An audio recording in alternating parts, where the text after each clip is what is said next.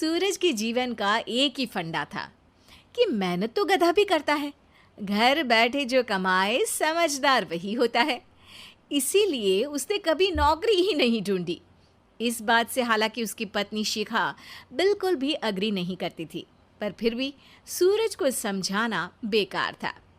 TV में कैसे बनोगे करोड़पति का ऐड देखकर उसे लगा कि बस अब तो घर बैठे ही वो करोड़पति बन सकता है, और उसके पीछे उसने अपने सारे सोर्सेस एक्टिव कर दिए।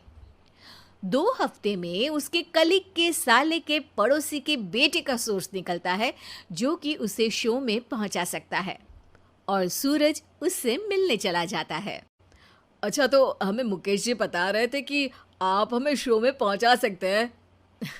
हाँ, उसमें कोई तकलीफ नहीं है। मैं कल अगर कोशिश करूँ तो इसी महीने में आपका नंबर आ जाएगा। अरे ये तो बहुत बढ़िया हो गया। अच्छा, वो सिलेबस और क्वेश्चन पेपर का कोई जुगाड़ है क्या? हैं? उसका तो कोई जुगाड़ नहीं है। तो वो वाकई में कुछ भी पूछ सकते हैं? हाँ, वो तो बच्चन जी पर है, जो पढ़ते हैं वो पूछ लेते हैं। पहली कोशिश फेल होने पर अब सूरज के सामने एक बहुत बड़ा सवाल था कि आखिर जवाब कहाँ से लाए। तब शिखा ने एक सजेशन दिया, क्यों ना सूरज अपने चचेरे भाई सुमित से मदद मांगे, जो कि यूपीएससी की तैयारी कर रहा था। हालांकि इतनी मेहनत करना सूरज को समझ में नहीं आता था, पर कोई और रास्ता ना मिलने पर वो आखिर सुमित से बात करता है। अरे सुमित, हमारा कैसे बनोगे करोड़पति के लिए सिलेक्शन होने वाला है। तुम हमें थोड़े चिट बनाने में मदद करोगे क्या?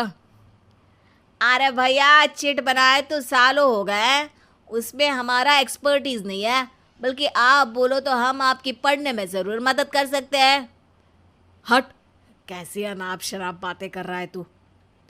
सूरज ने सुमित को मना तो कर दिया था, पर तैयारी करने के सिवाय कोई चारा उसे दिख भी नहीं रहा था, खासकर जब 12 के पेपर लीक करने के एक्सपर्ट शुक्ला जो भी हाथ जोड़ लेते हैं।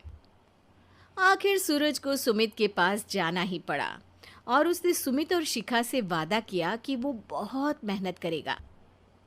1 महीने की तैयारी के बाद फाइनल हुआ कि शो से 1 हफ्ते पहले एक ट्रायल खेला जाएगा, जहां पर सारे रिश्तेदार ऑडियंस की जगह पर होंगे और शिखा सवाल पूछेगी। दूर दराज से भी रिश्तेदार आकर हाजिर हो गए देखने कि आखिर कैसे बनेगा सुमित करोड़पति। सब कुछ सेट था, और इतने में सूरज आकर अपना स्पीच देता है। ये 1 महीना मेरे लिए आसान नहीं था, पर अपने भाई सुमित और अपनी पत्नी शिखा की मदद से मैं इतनी दूर पहुंच पाया हूँ। मेरे मम्मी पापा के आशीर्वाद ने भी बहुत साथ दिया है मेरा। मैं उम्मीद करता हूँ कि आज के शो में आप लोगों को बहुत मज़ा आएगा। साक्षी पहला सवाल पूछती है और पूरे कमरे में सन्नाटा छा जाता है। इंडिया में कितने स्टेट्स हैं? 3, सॉलिड, लिक्विड और गैस। अरे रुकिए, तो ऑप्शंस तो देने दीजिए। इतने में 5वीं कक्षा का चिंटू बोल उठता है। अरे क्या मामा, आप तो पहले सवाल पर ही आउट हो गए।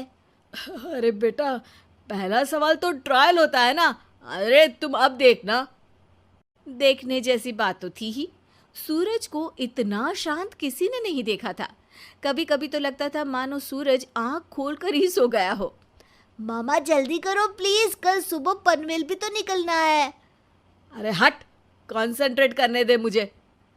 3 सवाल में 3 लाइफलाइन खत्म हो चुकी थी, और अब चौथे सवाल पर भी सूरज का मौन नहीं टूटा। पर सूरज अभी भी हार मानने को तैयार नहीं था। उधर हर कोई सूरज को छोड़ सुमित को देख रहे थे। आखिर सुमित ने ही तो पढ़ाया था सूरज को। गजब बेइज्जती है यार। अरे बेटा, तो बाप का, दादा का, भाई का, सबका नाम बुड़वाएगा। अरे 3 लाइफलाइन ले ली तो भी तेरा कुछ नहीं होना है। अरे कोई इतनी बात करता है क्या शो पर? अरे बेटा, शो पर तेरे जैसे भी तो नहीं आते ना। सूरज की ये जंग आखिर 1 घंटे बाद 5वें सवाल पर खत्म हो गई, जब उसने इंडिया के नेशनल बर्ड का नाम कहा, कौवा।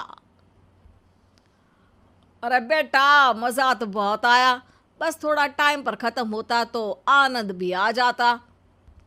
ताने बारिश के बूंदों की तरह बरस रहे थे और सूरज को भी समझ आ रहा था कि ये करोड़पति बनना शायद उसके बस के बाहर की बात है।